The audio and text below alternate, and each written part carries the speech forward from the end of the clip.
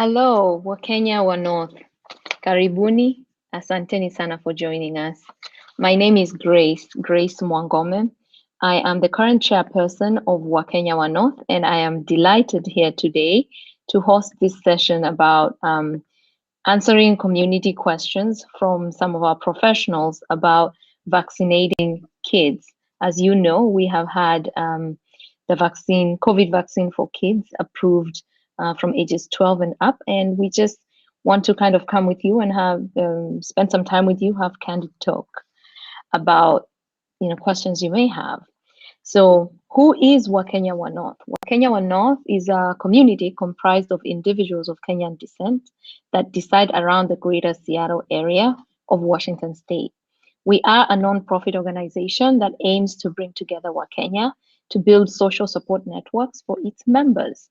Our vision is to create a vibrant, cohesive, and inclusive community that celebrates the diversity of its members and leverages them to build social support structures for people of Kenyan descent and their families.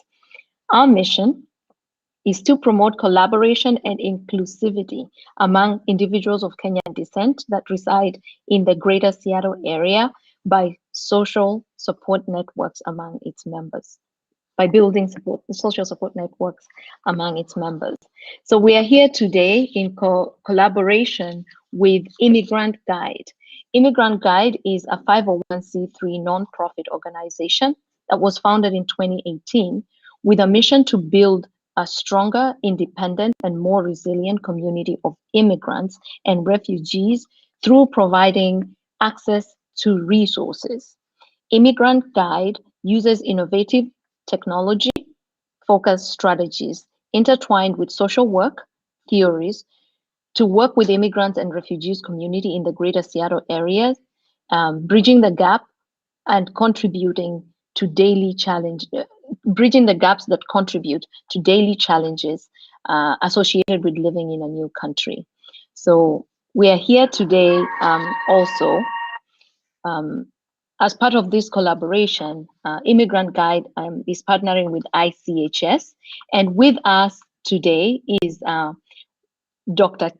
Chinda Roach, who is a family doctor with an ID clinic. She has at least 16 years been working at ICHS, caring for patients and teaching students and residents. She started at Holy Park and currently is at the ID clinic. Before that, she worked at Community Health Center in Snohomish County. She went to medical school in Chapel Hill, North Carolina, and family medicine residency in Rochester, New York. Dr. Roach is a mother of 3 children, aged 24, 22, and 18. We're very excited to have you, Dr. Chinda. So we'll have you, say a word or two about yourself, and then we'll have we'll get Gift to also introduce herself to our members. Hello, I'm Dr. Roach. I am now sitting in the International District in Seattle. I just finished a day at the clinic. My youngest just graduated from high school this week, so it's a pretty exciting week. I've been working really hard to try to help roll out the vaccine because it's a blessing, a chance that we have to help save people's lives. Thank you. We appreciate you being here, and we appreciate you taking some time away from graduation celebrations to join us. We know that graduation celebration is precious, but we do appreciate you valuing us this much. So we'll try to keep time so we don't keep you too long. We also have Gift, who is one of us. and is a profession in the medical field in her own way. She'll introduce herself. Hi, everyone. So my name is Gift Noel Wango. I'm a Kenyan, and I'm also a public health specialist. So I have also a clinical background. I'm a nurse. I've been a nurse for a very long time. This is 2021. So like 17 years now. So I've been a nurse for 17 years. And I'm happy to be here. I'm very passionate about public health. And I'm happy that we're having this discussion so that our people can go get vaccinated confidently, and we are able to, answer any questions and address any concerns that you may have. It's okay to have concerns. It's okay to have questions. That means you care about what's going on with your health, and you want to make sure that you're making the right decision. So that's why we are here today, to help our people make confident decisions and go get vaccinated. Thank you. Thank you. That was a great. In the interest of time, I won't ask you to tell us more about what you've been doing with Snohomish County working on vaccines, because I know you've spent a lot of time, but I'm sure that it will come up as we discuss more today. So about these vaccines, I know, like I said, kids vaccinations out. We're having a community vaccination clinic on Saturday the 19th. Between 10 a.m. and 2 p.m. at the Sacagawea Park in Federal Way. And we really want Kenyans to come out, especially bring their kids, because we know kids are at the latest group to become eligible. And, we just want them to enjoy their summer, and we want to enjoy our summer too. Have the possibility of coming together. But before we do that, we do need to get vaccinated. Knowing that we have questions, I will start by asking this one to Dr. Roach. What types of COVID vaccines are available for kids? Can you tell us a little bit about how they work and some of the side effects to be expected after taking the vaccine? Well, I know that things are changing every week. And right now, the Pfizer vaccine has been approved for kids 12 and up, and the Moderna vaccine has applied for approval, and I anticipate that will be approved very soon for 12 and up. They're both mRNA vaccines, which I'm not sure that I'm the right person to explain the science, the biology science behind that. But I think that a lot of very smart, very caring scientists have gone into making those, and it's a safe technology that I trust. And I've had the Pfizer, and I think all three of my kids have had the Moderna shot. They're a little older, but I'll let somebody else pick up from there if there's more specifics. All right. Well, I don't have much to add. I mean, I'm a public health specialist, so I also know enough just to explain, but of course I'm not, my specialty is not in manufacturing vaccines.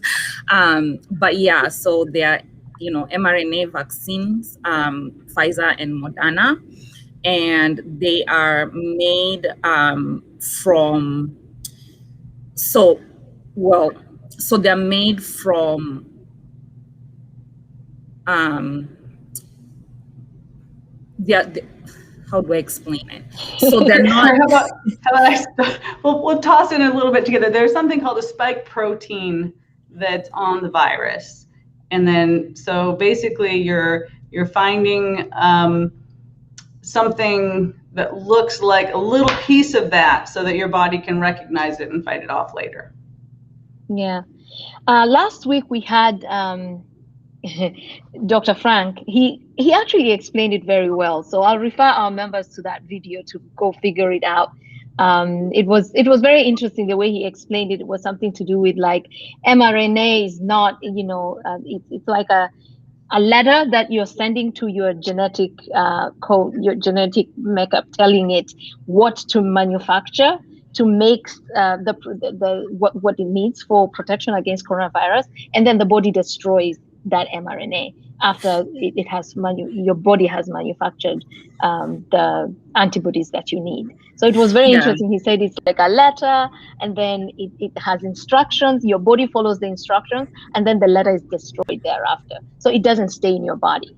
So I think that was a very good way to explain it. But those that feel that they want more information, you can watch our video. It's available on our platform. Thank you so much. So Grace, actually, you've done a good job. Maybe I can chime in. Now you've given me an idea of how to explain it. So actually the M stands for messenger RNA.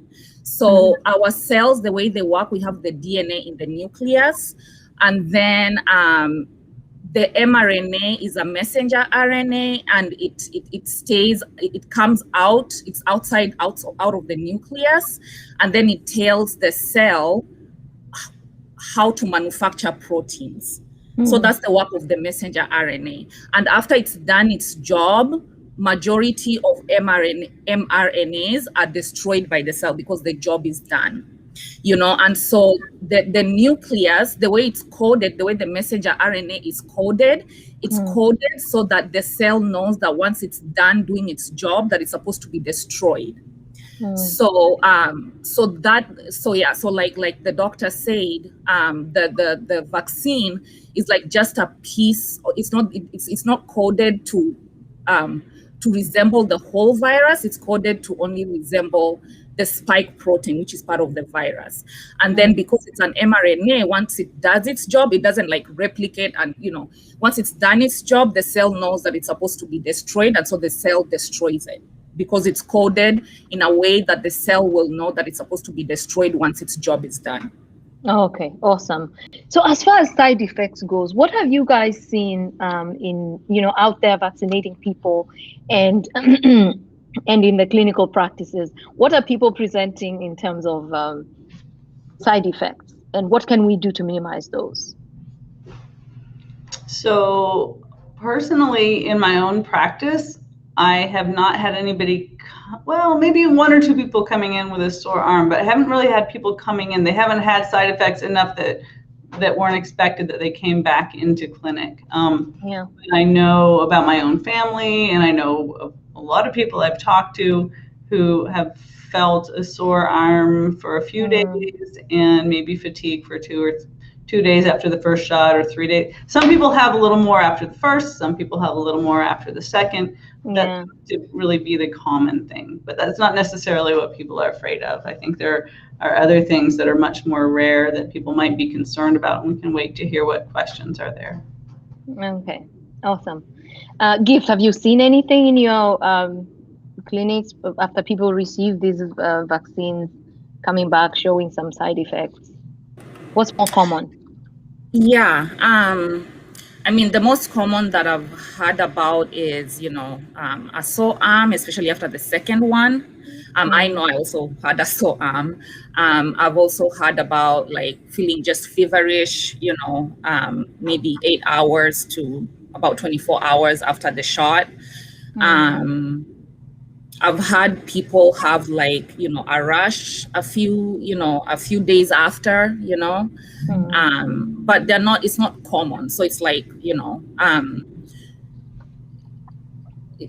people don't come back and report about it because they're not serious enough for people to come back and report about it. So I'm pretty sure that there's more people who experience, those symptoms, but because they're not serious enough to, complain about, we don't get to hear about it. Unless somebody's just unsure, what do I do? Should I take a Tylenol afterwards? What can I do? Then a few people can come back and ask, but most people just don't come back and say something. And it's good you brought up Tylenol though. Because I've heard the science is out there. People say, don't take Tylenol, your body has got to fight itself. And some people say, oh no, you can take Tylenol, it's not that bad. So from a medical perspective, what is the advice? Because we're talking about our kids here. If it's me, maybe I can write it out. But if my kid has a fever, I probably will do the Tylenol. So what should I do? The recommendation is don't take it before you get the shot, but it's okay to take it after. Excellent. Yeah, that's good to know. Okay, you can take it after, don't take it before. Awesome. So that will help minimize side effects. And what kind of preparation should we put in place, especially for our kids before we take them for these vaccines? Is there anything recommended out there? I'm not sure that I understand the question. Is there anything that we should be doing prior to taking kids out on vaccination? Are there things we should watch out for? What can we do to get them ready? I was going to say drive very safely and as quick as you can safely to the nearest place you can get one again. Great. Gift, you wanted to say something. What was that? No, I was going to say that with kids, you know, they're used to getting shots, okay? So in our drive-through clinics, we've had adults faint. We haven't had a kid faint yet. I think because as adults, you know, we've already done all of our vaccinations. And so it's not, you know, we don't get shots that frequently. So we get more nervous about it. But kids, you know, because they haven't, you know, they still get their shots, you know, they still have their vaccines to do all the time. I think us as parents, we get more nervous than our kids. And, you know, just, you know, take them confidently and, you know, just be their support and, you know, get vaccinated. And yeah, so I agree with the doctor. Just drive safe and and take your kids there. You're probably more nervous than they are because, you know, they see doctors more often than we do. You know, we have our annual checks, but kids sometimes see doctors more often than we do. I have a couple other thoughts. One is, in my experience in vaccine clinics, it wasn't necessarily with kids, but a lot of people show up with like a tight, long-sleeved shirt. And so you want to think about this part of your arm. There you go, right here. You can expose it well. So wear like a non-sleeve shirt, or, you know, if you don't mind taking your shirt off, you know, that's fine, but plan for that. Good thinking. Yeah, and as a mom, I find, at least I'm speaking from my experience with my son, he's 12, because of everything that has been going on, these kids are slightly older, and they could have taken in a lot of negative information, and that sometimes can spark some kind of fear. So we as parents, at least, let's educate ourselves so that we can calm down those fears. If there are conspiracy theories and things like that, that's why we are having sessions like this, so you can have answers and keep them calm, keep them hydrated. You know, sit there with them, support them, and you know, some of them want to be distracted. Bring a book or whatever it is that you do to support them to get through it. Don't shame them if they are older and they're still feeling scared, because, you know, with everything they have consumed, sometimes that sparks a fear that they probably didn't have before. So don't downplay their concerns if they're feeling a little bit anxious. So how about the frequency and efficacy of this vaccine?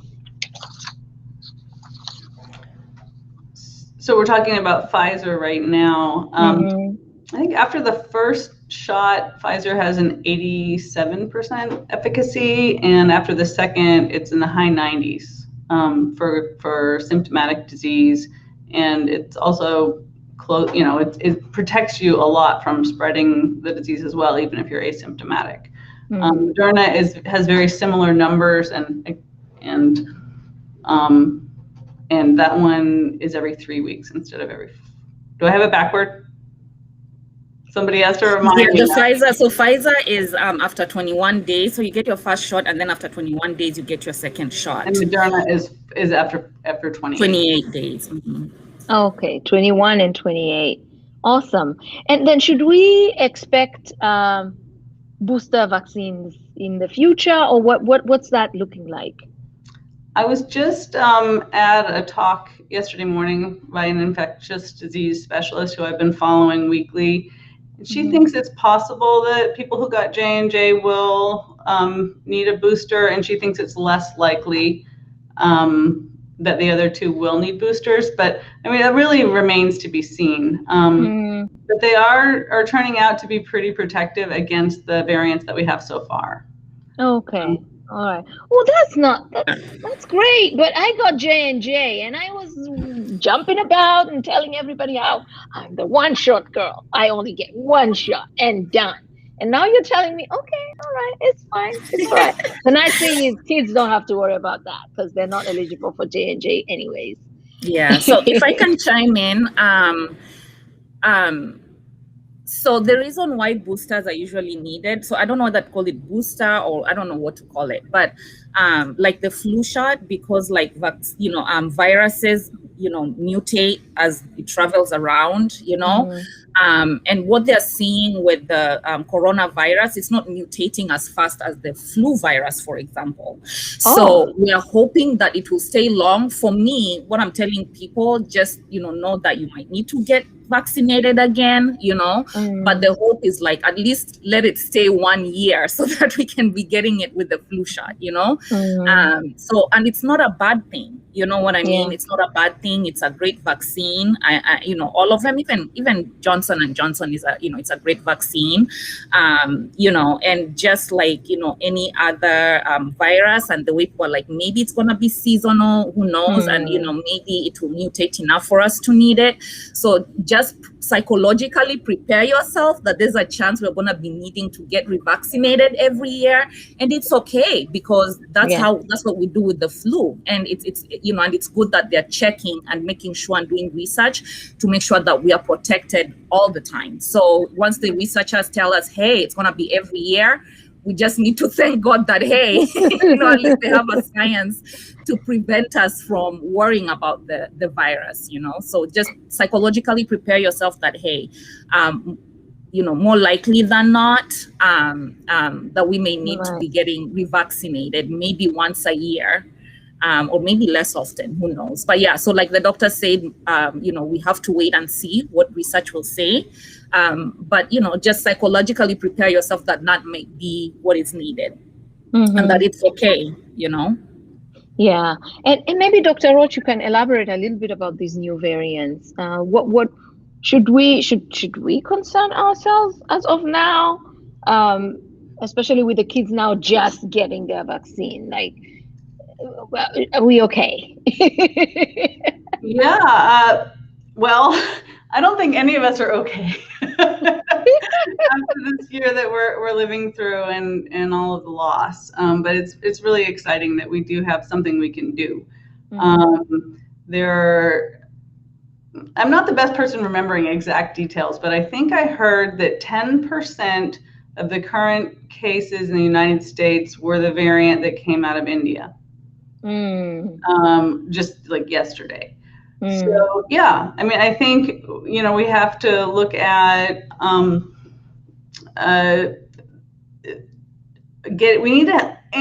the scary thing about that actually is more infectious than the other variants for people who haven't been immunized yet. So it's just more of an argument to go get immunized. We don't have to fiddle about the exact numbers and percentages that the immunizations are going to cover this variant, but just the fact that it's going to be more lethal if you haven't gotten immunized and it catches up with you and it's here. So I think that's the most important point, is that if you're vaccinated, then you at least have some protection against that, and if you are not, then you're exposed. And the other thing that also I heard being talked about was, the longer we take to get everyone vaccinated, the more time the virus has to come up with new variants in the population. So if you haven't got your shot, please go get a shot. Then that way, at least we're not, allowing the virus to keep getting, coming up with new variants before we get, majority of us vaccinated, and the disease no longer has, control over us. So please go get vaccinated. Vaccinated. I think, you asked about side effects, and I think just to be with full transparency, there are a few things that are real that people might be hearing that they might worry about. But and the thing about that is that any of the side effects that we have identified that happen rarely are not, life-changing severe things. There may have been a few people who have hives, and there are a few younger people who have had myocarditis. And I wanted to bring that up because when you hear that, it sounds really scary.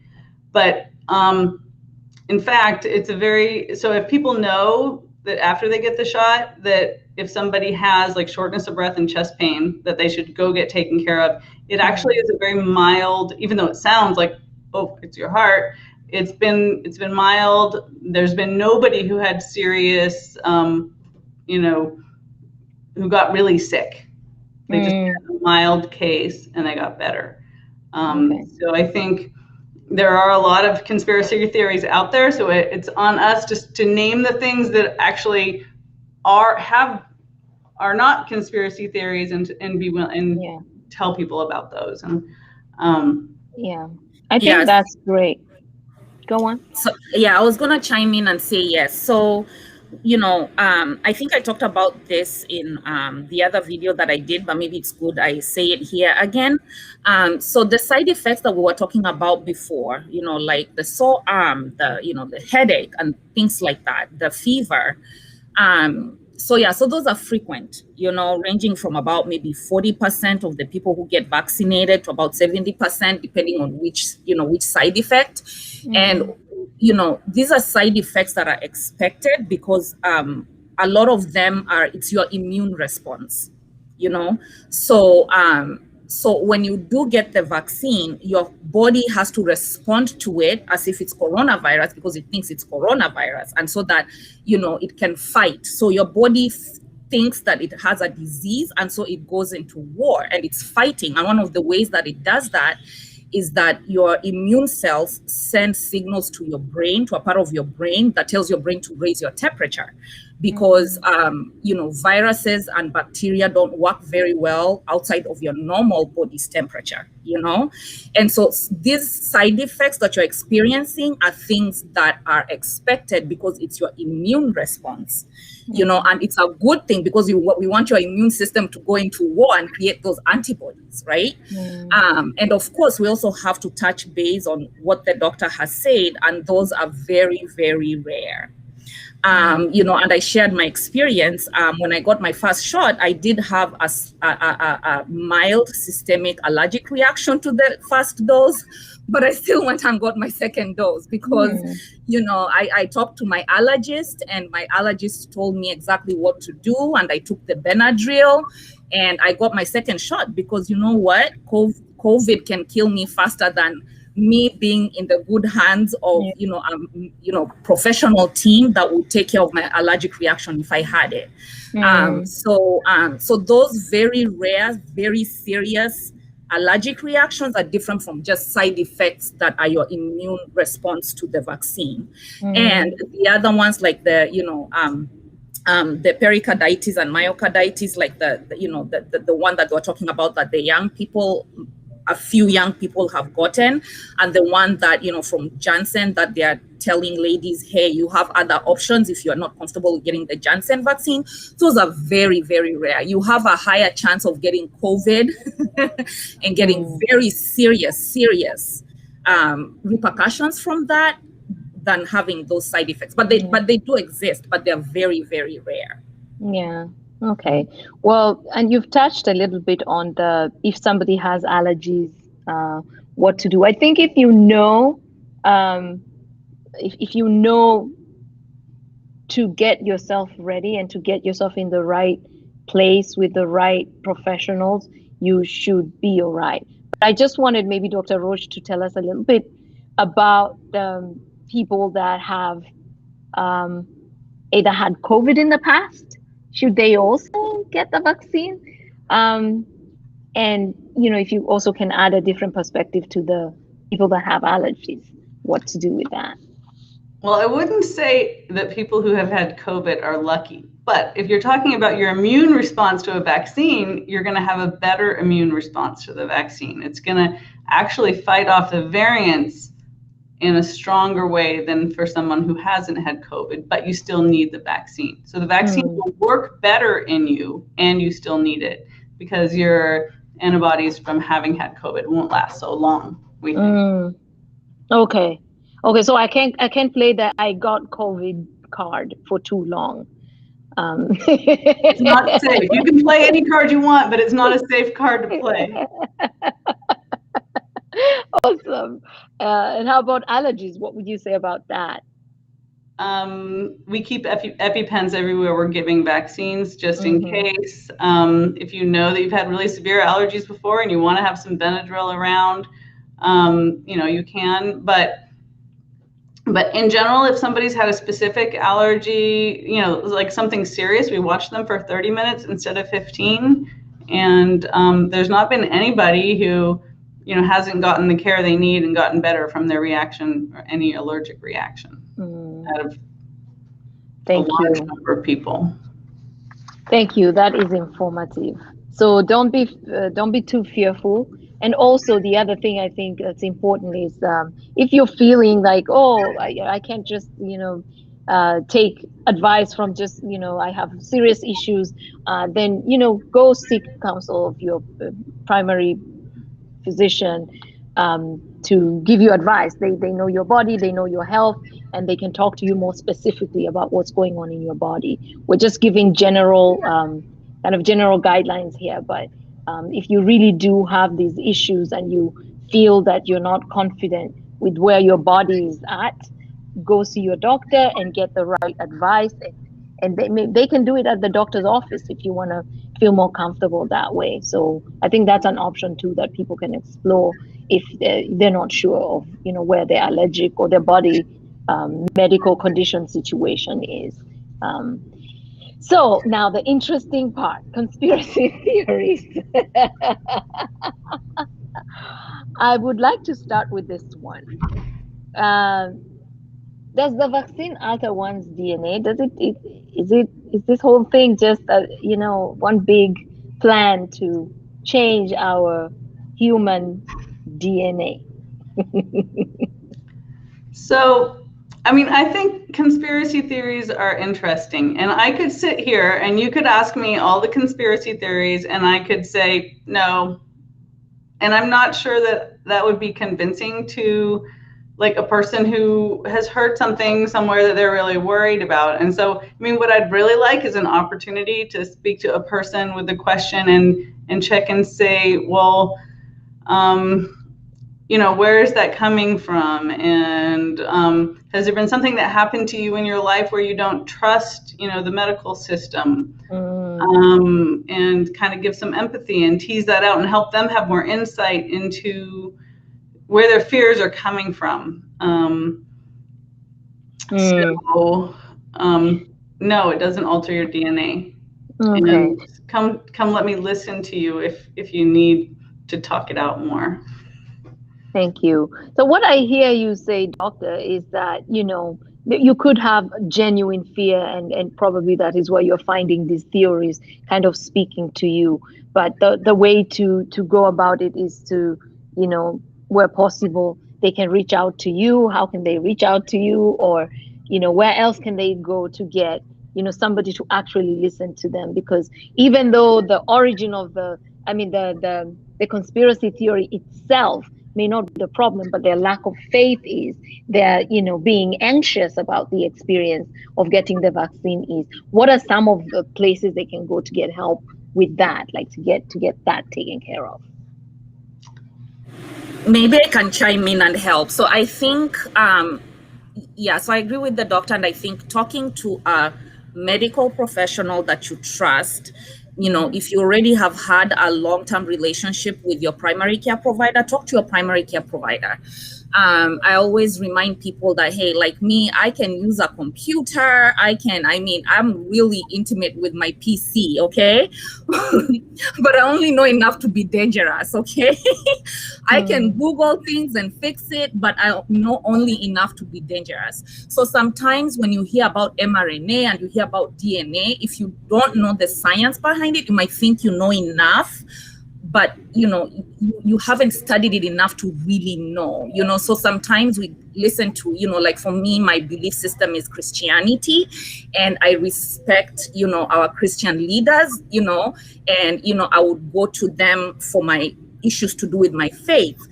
and I respect them, but, with all, I would just advise, talk to the people who've actually studied this very well, the same way you go to your faith leaders to discuss things about your faith, and your belief system, because that's what they've studied and they really know it inside and out, is the same way I would advise you. Just talk to the person that you really trust, like, your primary care physician that you've had a relationship with that takes care of you, and talk to them about it so that you can tell them what your concerns are and they can help you address them. Yeah, that's a good point. Someone once pointed and said, we have no problem, going to a tax, somebody a CPA to do our taxes, because we just know that we don't know enough, and we can't make that, those decisions on our own.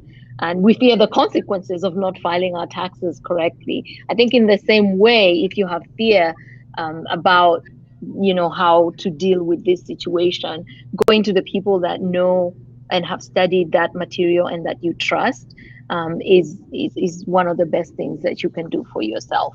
And does it cause infertility? Because I say this since when it was initially approved, I took my 18-year-old, and after she got the vaccine, a friend of mine called very concerned. She said, Grace, I hope you're not taking your child you're not letting them get this vaccine. I said, why?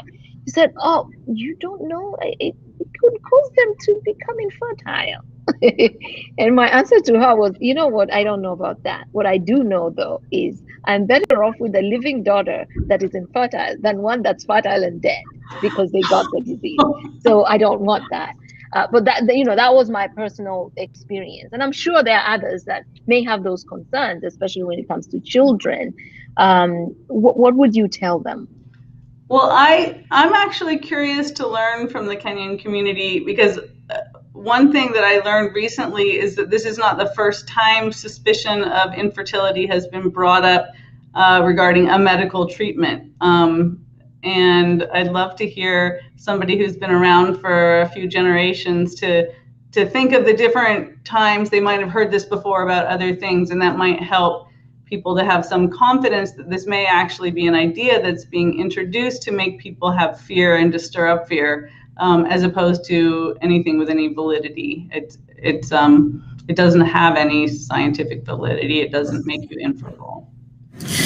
So maybe I can take this one and help a little bit. So part of the fear, just in African communities, we've had similar experiences to the African Americans, in this country, where scientists have taken advantage of us.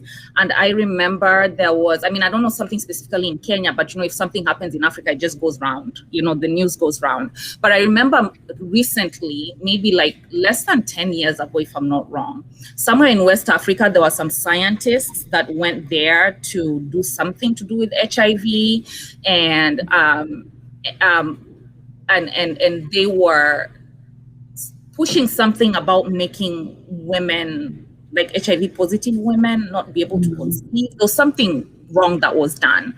And so they're always just, nervous when it's just something that comes from outside of our country. It's just that kind of apprehension. It's like, what are they trying to do to us now? And so, but I haven't had anything specifically come from Kenya. But what I do know with the COVID vaccine, because the cells that the placenta makes to be able to attach to the uterus kind of look like spikes. So there was a rumor that started that, hey, have you seen that coronavirus looks like spikes? And the cells that attach to the uterus look like spikes. So that means if you get vaccinated, then, the vaccine is going to make you fight the embryo cells that make you get pregnant. Mm-hmm. So, and so like we've discussed today, it's all about mRNA. It's all about like the coding. And, if we are even concerned about, the coronavirus mutating enough to a point that we're going to have a new vaccine at some point to get a booster shot. And both of those are coronavirus. So you imagine a totally different cell, so it's just, and that's why I said, if I wasn't a medical professional and I saw the picture of that embryonic cell and I saw the picture of coronavirus, I was like, oh my goodness, I would be, so, and that's why I said it's good to talk to, people who really know the science so that they can explain to you.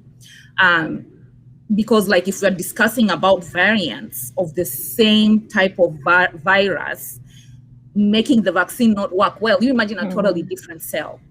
They're totally different. So no, it's not true. And just to remind everybody, pregnant women have gotten vaccinated, millions of them, and they had babies, it didn't make their placenta detach. And so you just have to remember what the facts are and what has happened and what science has shown. And then you go from there. But I can understand having that concern. If you don't, if you're not a scientist and you haven't been exposed to that type of knowledge, then yeah, if you just look at the pictures, I can get why you'd have that concern. And that's why it's good we are discussing right now so that we know. In my practice, if someone's pregnant and needs some care or some treatment, most of the time, I think almost every time I get the question, how will it affect my baby? People are, so fertility, but also, if you're pregnant and getting the vaccine. And I mean, the wonderful thing is that there's a much lower miscarriage rate, people who got vaccinated, and a much higher miscarriage rate of people who have had COVID while pregnant, even if they're asymptomatic. And that includes also late-term losses and maternal death. So you guys already know what I'm going to say. Go get the vaccine. Go get the vaccine. Yeah. Okay. That is good information. That's definitely good information. We were also told that there are some studies that were done on women that were planning to get pregnant and they got vaccinated before they got pregnant because they wanted to, try this theory. And they found that people had no problem getting pregnant. They got pregnant at the same rate as people that have not had taken the vaccine. So as far as the pregnancy area goes, so far the science is telling us that it's actually the better route to go, getting vaccinated than not getting vaccinated. Dr. Roach has reminded us how when you get COVID, there are higher chances your pregnancy could be negatively impacted than when you take the vaccine. Then you're safe and you're protecting your fetus as well. So when it comes to the last theory that I'd like to hear something about, because this made a few buzzes in Kenya a while back, is if the vaccine, I think this was a Johnson & Johnson, it's not available for children, but I just thought it's an interesting one to kind of speak to a little bit. Is it made from aborted fetuses?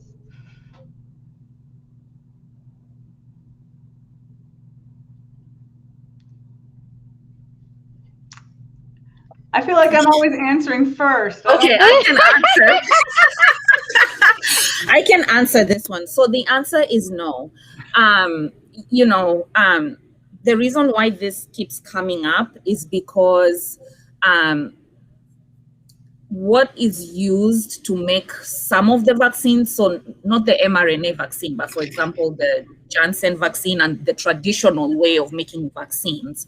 I mean, mRNA vaccines are not new. That science is not new, but this is anyway. So when they started making vaccines in the 1960s, they used fetal fibro, that word is so hard for me. So they used cells from fetuses which were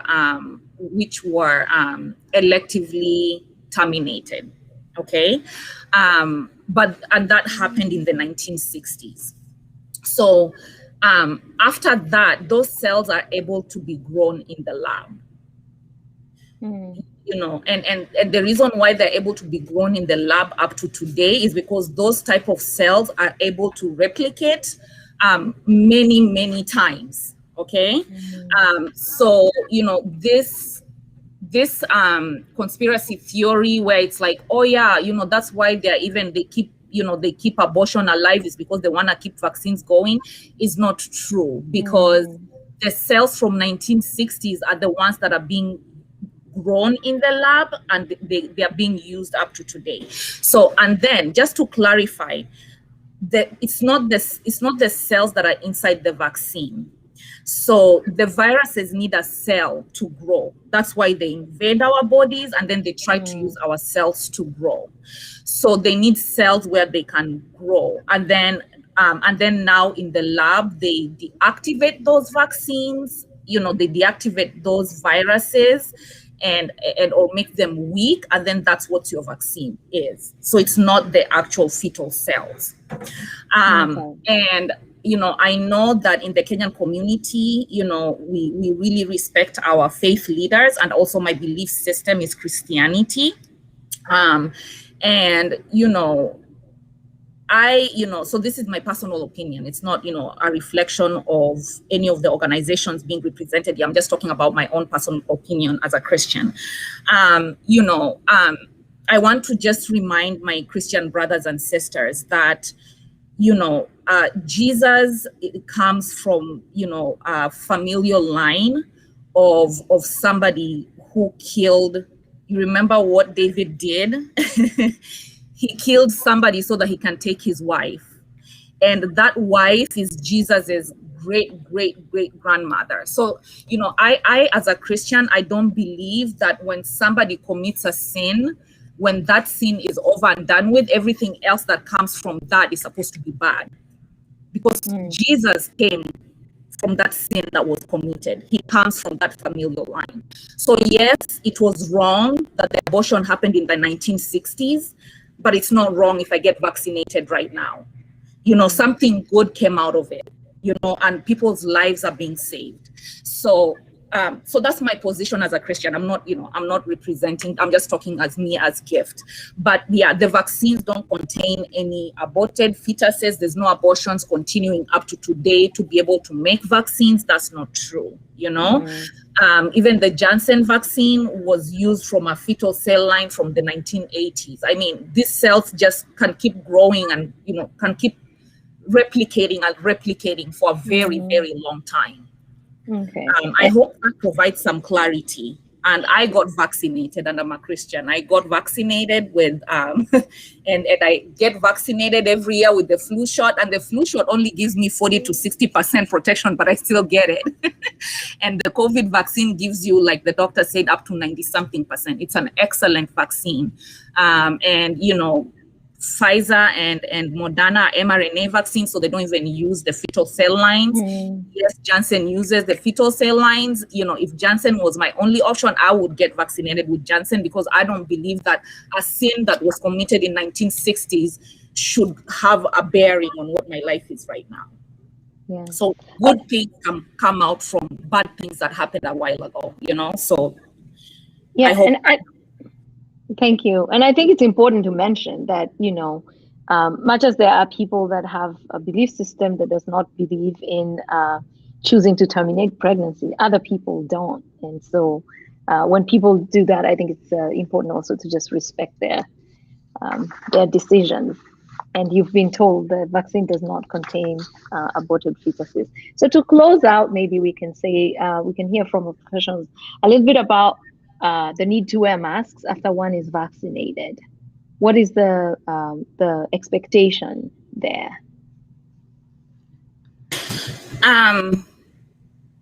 We have to remember that not everybody, we are still at like 50-something% nationally, who have gotten even one shot. And I think in Washington State is 70-something%. And so the virus can still go around, it can still be transmitted, and so we, if you haven't gotten vaccinated, it's good to just keep on wearing a mask, because if you get the coronavirus, even if it doesn't make you as sick, there's some people who it can make sick and they can die from it. So to still keep the transmission rates low, we still expect people who are not vaccinated to keep their masks on. And so until we have a good percentage of people who are fully vaccinated, we still need to to prevent the virus from spreading around. Okay. Okay. And Dr. Roach, maybe you can speak to us about how much time needs to elapse before we can consider ourselves fully vaccinated, during which time we have to behave as though we're not fully vaccinated, even though we may have taken a shot. 2 weeks after your second shot. Okay. So once you get your first shot, you're expected to behave as though you're not, Yes. vaccinated, because you're not fully vaccinated yet. Yes, you have some protection, but you wear your mask and socially distance.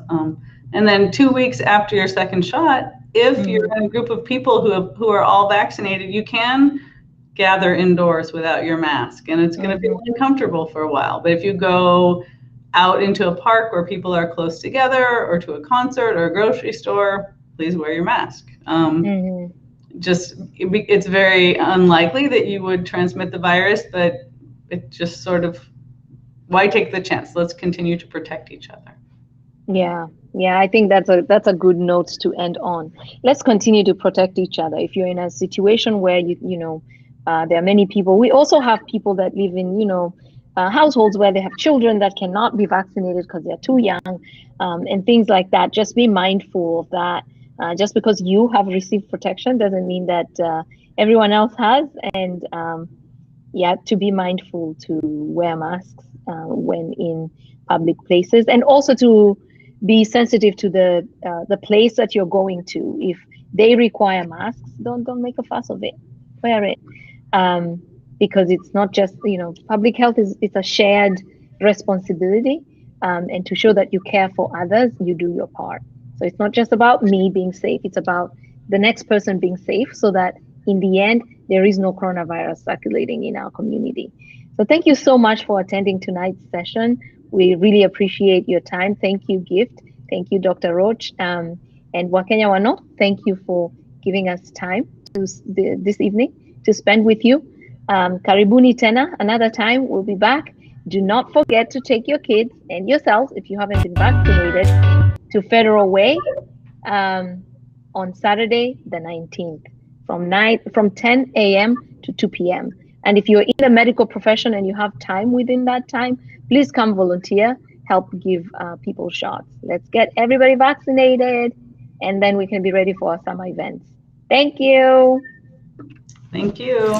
Thank you. Goodbye. Bye. Have a good evening.